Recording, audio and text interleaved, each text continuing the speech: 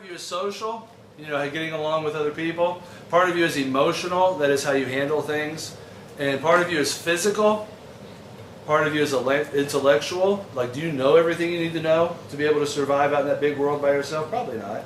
And then part of you also is spiritual, where every person is actually five people, five persons. And some of us, you guys know these people who are physically adults already, but emotionally maybe they're not, or intellectually they're not. Or some of you guys are smart and you're ready to go, but maybe you're not ready in other ways.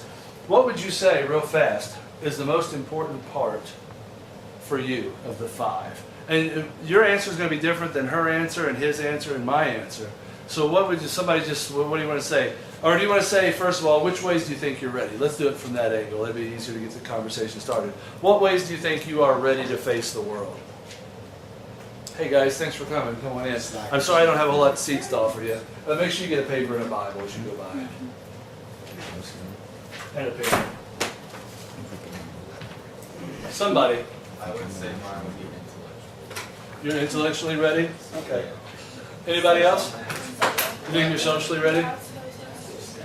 Emotional. Emotionally ready? Physical. Physically ready?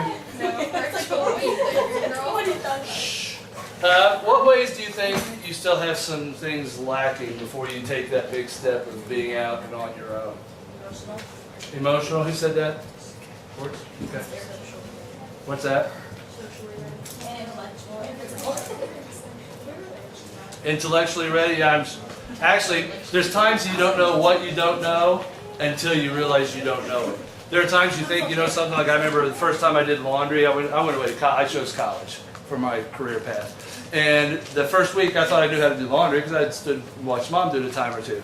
And I remember the first time you get there and you look at the machine and you're like, oh my goodness, this is nothing like mine at home. It had slots for quarters in it. And I remember I didn't have soap or anything. And I just kind of stared at it and I was like, what do I do now?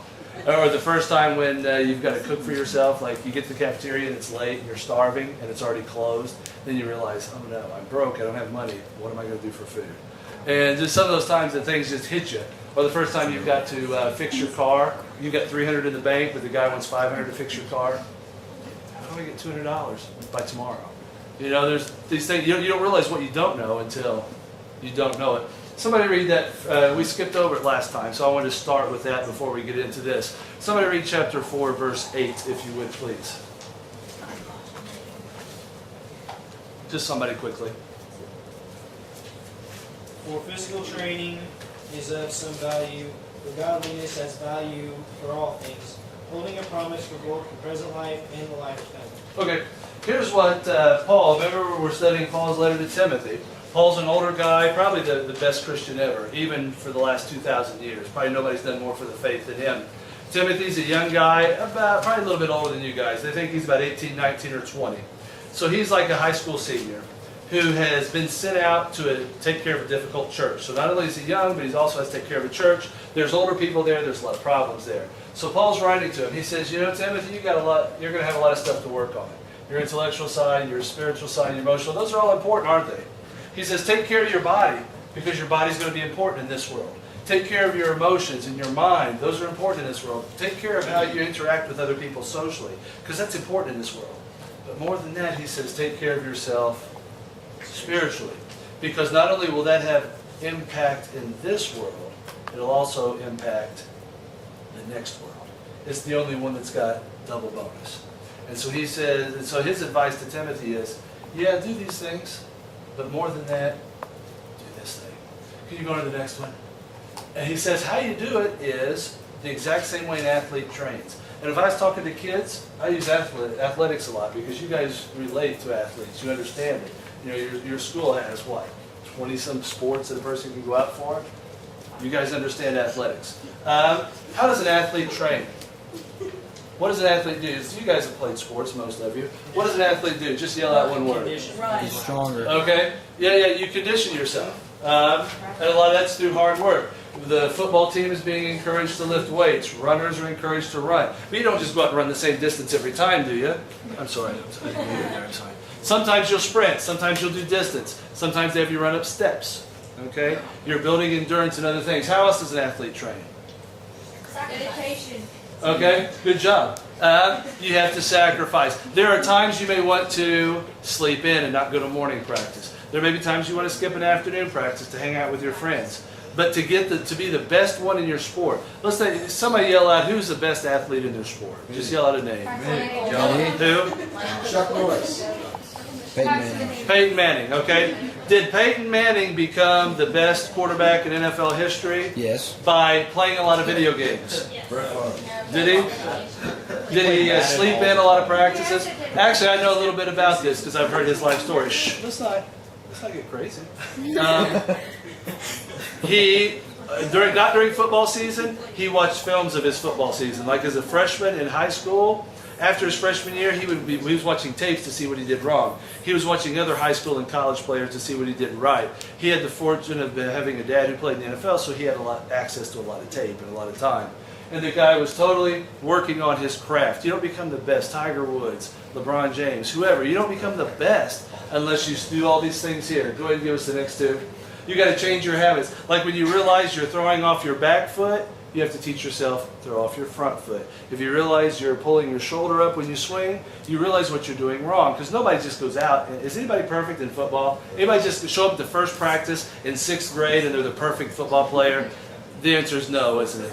You've got to be told what you're doing wrong so you can do what's right. And the same thing, you've got to be able to change all that. What he's saying to Timothy is, guys, in your spiritual life, it's the exact same. If you want to be the person God created you to be, you're going to have to sacrifice. You're going to have to say no to yourself when you want to say yes to this or that. There's going to have to be things that you find in your behavior that you change. There's going to be stuff you have to work on, practice on. And in your D group time, I've got a list of those things, what we call spiritual disciplines. Things like prayer, service, Bible reading, encouraging others, helping others. That God has called us to a higher standard than what we are. All right, let's get to the scripture we're going to beat up today. Can we go into the next? Yeah, let's read these verses first. Can somebody read? We're going to start at the top with Corbin. Everybody, when it's your turn, get ready. You'll read the next verse. I think we're at 4:11 is where we left off after 10. And let's just finish the chapter, and then we'll stop and talk about it. That's 4:8. Yeah, it's wrong.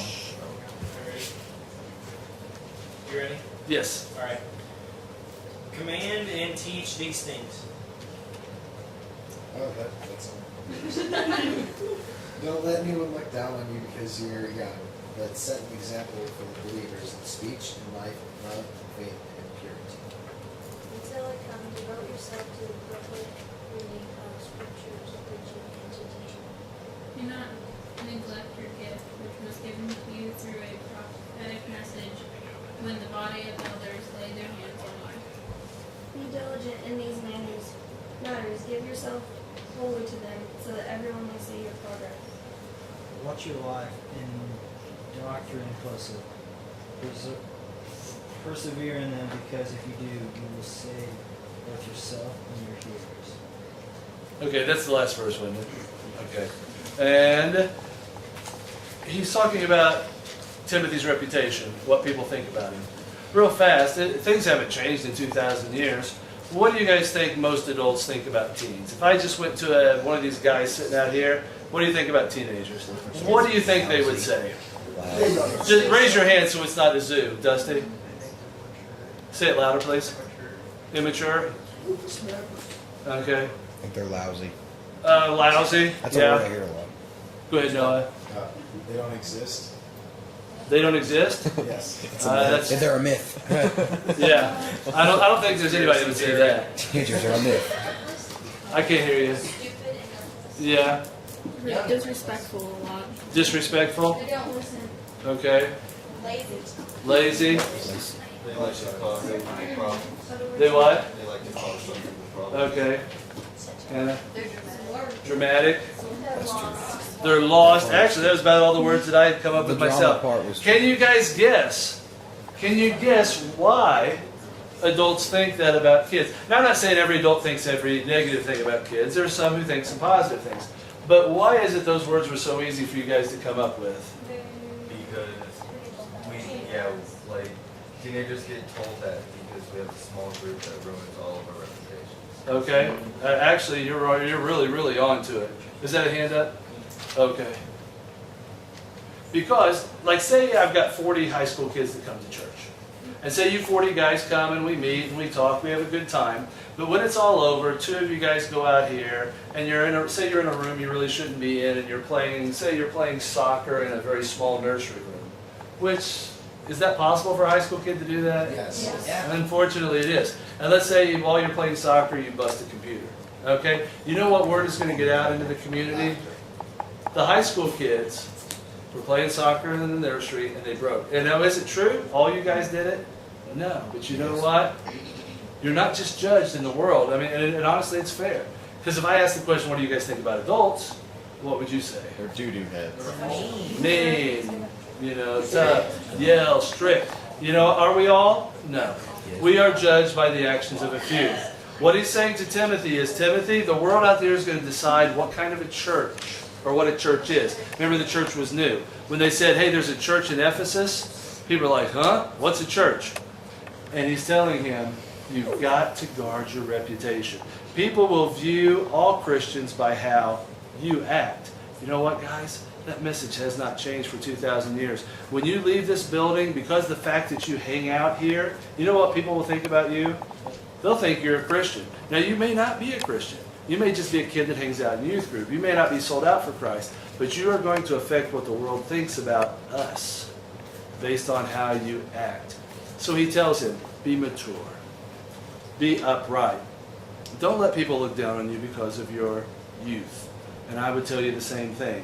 Don't let people look down. Don't make people say, oh boy, I don't like that Sam because he's so immature. That should never come out of an adult's mouth because they should never see that behavior. And I challenge all of you guys to the same thing. Don't let people look down on you because you're young. Let them look at you and say, wow, what a smart kid. Oh, that kid hangs out in church? Wow, I want my kid to hang out in church. Boy, I wish I would have hung out in church when I was his age because I wish I had what he's got. And guys, what Jesus' desire for his church is that we would live in such a way that people would fall in love with him. Not us, but that our behavior would attract people to him and what he wants. Let's look at did I have more there?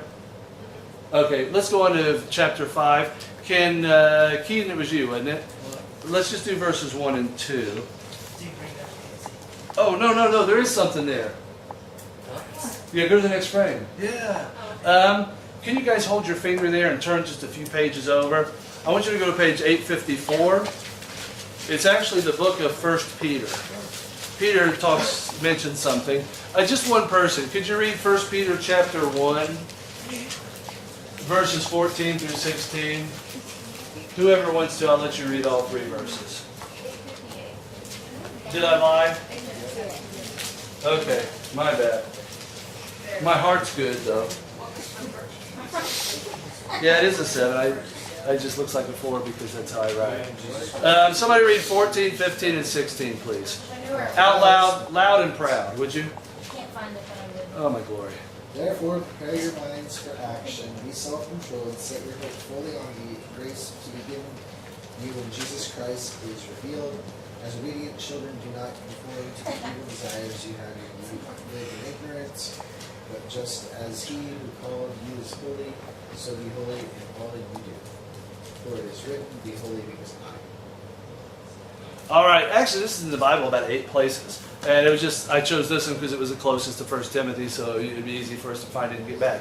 He says several times in the Bible, be holy because God is holy. And you see it, turn to the front of your Bible. Your Bible is the Holy Bible. This is supposed to be God's holy church. You're supposed to be holy. But I don't know if we understand what holy means. Has anybody ever heard that word used outside of church?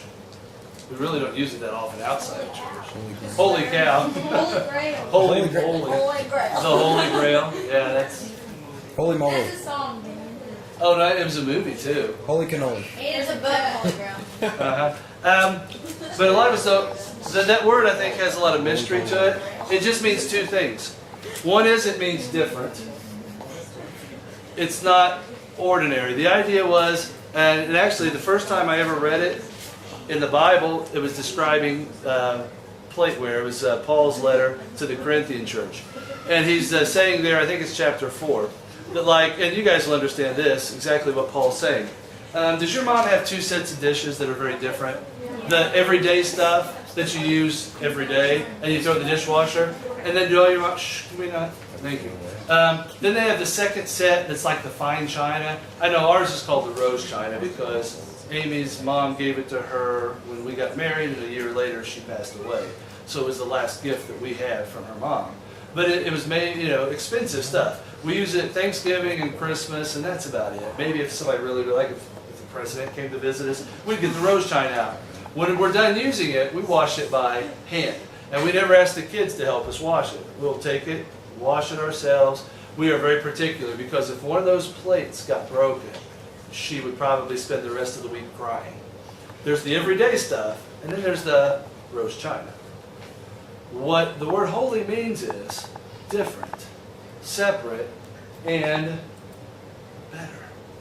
There's the everyday stuff, then there's the holy stuff. And what God is saying to you is, I am holy. I'm not like all the other gods. I'm not like all the things people worship. I'm different. I'm better. And God says, I am asking you to be like your Father. You need to be different than everybody else. You shouldn't know the songs everybody else knows. You shouldn't watch the movies everybody else watches. You play the video games everybody else watches. You shouldn't hang out. You shouldn't stay up late like everybody stays up late. You shouldn't do the things everybody else does. You should be different. You should be better. And he says, be holy because I am holy. Now let's go to chapter 5, verses 1 and 2. Could you read that for us, please, Keith? I can't see. Okay, Dusty, can you? I'll read up to Dusty. Do not rebuke another man harshly, but exhort him as if he were your father. Treat younger men as brothers.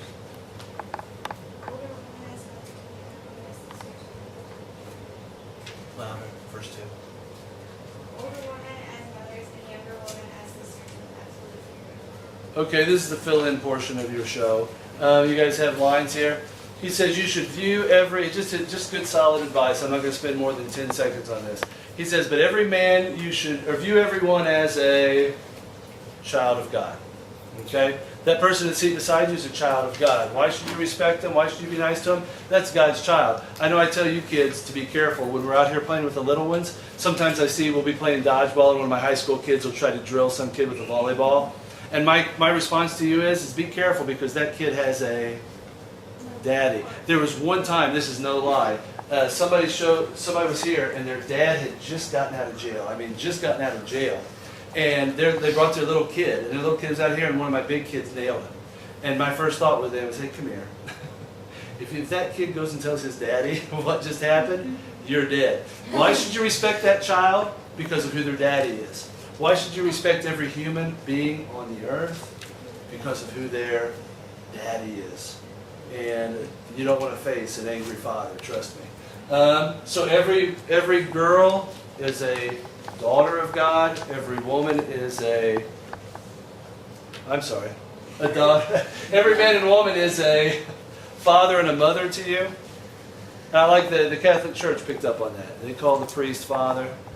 They call the lady in charge the mother superior. And every boy and girl on this face of this earth is a brother and a sister to you. So respect them as such. Let's move on, and then we'll make one more point, which I think is good, and then we'll wrap it up. So we're on, can you, Andrew, start us off? Verse 3. Let's read 3, 4, 5, 6, 7, and 8 of chapter 5. Give proper recognition to those widows who are really in need. But if a widow has children or grandchildren, we should learn, first of all, to put their religion into practice by caring for their own family, and so repaying their parents and grandparents, for this is pleasing to God. The widow who is really in need and left all alone puts her hope in God and continues night and day to pray, to ask God for help. But the widow who lives for pleasure is dead, even while she lives. Give the people these instructions too, so that no one may be open to blame. If anyone does not provide for his relatives, especially for his immediate family, he has denied the faith and is worse than Okay, just so that we'll understand, I'll go through this, but this is not the main point. What he's saying about the widows is, in every church for 2,000 years, there have been people who have needed help. And usually the ones that need the most help are the ladies that don't have a man in their life, and the children that don't have parents in their life. So you see a lot of times in the Bible, especially in Paul's letters, he talks about the widows and orphans. And he says take care of them. What he's saying is, if they have family, you don't have to take care of them. Their family will take care of them. You know, like say if, heaven forbid, Duncan has one of his parents die, but the other parents, he's got uncles in the neighborhood, he's got grandparents, you don't need to show so much attention. But if you would have somebody who has nobody after somebody dies, take care of them. If somebody's got nobody, you know who their family is. Their family is the first priority, but if they have no family, you know who their family is? The church. He says, you get in there. So he's telling Timothy, make sure, look out for the widows, look out for the orphans. The people that don't have a man in their life, the children that don't have parents in their lives, that's who your special priority is. And he's telling them basically to watch out for that. Let's go on to the next one, because I didn't want to make it, oh, yeah. But where I did want to take this was, you guys, I don't want to go there now, I only have about 3 minutes left. Matthew chapter 25, you guys know the story. The disciples asked Jesus, it's right before he's taken away, and I'm glad they got to ask him this question before he died and went to heaven and came back and things got going in his life. Disciples asked him a question, what's it going to be like the first day of heaven? And his answer is cool. And you guys have heard this story before. He says, God's going to have all the souls of everyone who's ever lived. I'm guessing trillions of souls are going to be somewhere together. I picture a big room. And he says, we're all going to be together. He's going to go through the crowd like a shepherd separates the sheep from the goats. If you've never seen this before, basically if you've got two animals together, you just kind of take one and you push it. So he's going to go through and say, Alicia, you're over here. Hannah, you're over here. Lauren, obviously, you're over here. And he's going to go through and he's going to separate us. I think it's going to take some time to tell all, you guys go to the right, you guys go to the left, you go to the left, you go to the left. What are you doing here? Go to the left, go to the right, go to the left, go to the right. And then he says he's going to stand up and he's going to face the ones on the left and he's going to say, good job. You guys did a great job. You get to go to heaven. And they'll ask him, why us? And he says, well, because when I was hungry, when I was thirsty, when I was poor, when I was sick, when I was in prison, when I was all alone, you came and you helped me. And then they are going to ask back, who remembers the story? What does the crowd ask back? They're going to say, Jesus, I never knew you. When did I feed, clothe, visit, help, heal? I forget the six now. When did I do that for you? You know, I lived in the year 2013. I lived 2013 years after you lived. When did I see you? And they'll say, as you did it for the, who knows this verse? As you did it for the least of these, you've done it for me. Then he turns to the other side and he repeats himself. You don't get to spend eternity with me. You get to spend eternity in hell. Because when I was sick, hurting, hungry, poor, naked, alone, in prison, you did nothing for me. And they'll say, Jesus, if I would have known it was you, I would have done it for you. When did I skip helping you? As you did not do it for the least of these, you did not do it for me. Here's what Jesus is saying. How you show Jesus you love him the most is how you treat those you love the least. Kids, this is a challenge. Think of that person that you know you love the least. That kid that gets on your nerves. That adult that gives you no respect. That person who may have hurt you at one point. How you love that person is how you, that's your least of these. That's who Jesus has called us to love and to serve. And he's called us to love with a passion. I want to tell you a story I heard. And if you've heard it, just stay with me because it's really, really cool. There was this old man who lived across the field, lived across the pond from the football field. And for years, he would sit out on his porch and watch the boys practice football. In the extreme heat of summer, he would sit there and he'd watch them practice. Every Friday night, he'd be watching the games. When it got cold into November, he would watch and just watch the boys play. The boys were having several bad years in a row. So they thought to themselves one day when the coaches were gone, we should go talk to the old man. Maybe he's seen something that we could do that could change up things, that could make it so that maybe we could start winning again. So they walked, some of the boys after one practice walked over to him and went up to him and asked him, you know, what he thought of the practices. And he had some ideas for them. And they asked him, well, did you ever play football? And his answer was, actually, many years ago, I played for that very school where you're going to now. And as luck would have it, after I went and played some college ball, I came back and I was a coach. And he asked the boys, have you seen the banners that say state champion for many years ago? He said, yeah, I played on those teams. I coached those teams. So you know the plaques that are up there talking about these guys that were all state players? So those were my boys that I coached. And they thought, oh, this is a gold mine. You know, we can ask this guy and he'll be able to help us. And he said, do you have any advice? What's something we could do that would help us to win? And the old man said, come with me. And he took him down to the pond that was there. And he said, I want you to look into the water. And they all got down on their hands and knees. They looked into the water. And he said, now let's get closer. And the captain of the team got really close, so the water was right here. The coach took the back of his head and jammed it under the water. And of course the kid could have overpowered him and come up, but he figured the coach was going to teach him a lesson. So the coach held his head there for like a minute and a half, 2 minutes, 2.5. And at about 3 minutes, he grabbed the kid's head and pulled it up. And when he did, the only thing you could hear was that of that first breath. And the coach told him, if you want to win as bad as you want to breathe, then you will become a champion. And my message for you kids is, if you want to serve God, if you want to love God as bad as you want your next breath, your next meal, your new iPod, that certain person to show you attention, whatever it is that you think you want so bad, if you would replace that with a desire to please a holy and loving God, if that would become your true passion and desire in life, then you will become a champion. Let's go to our deep rooms.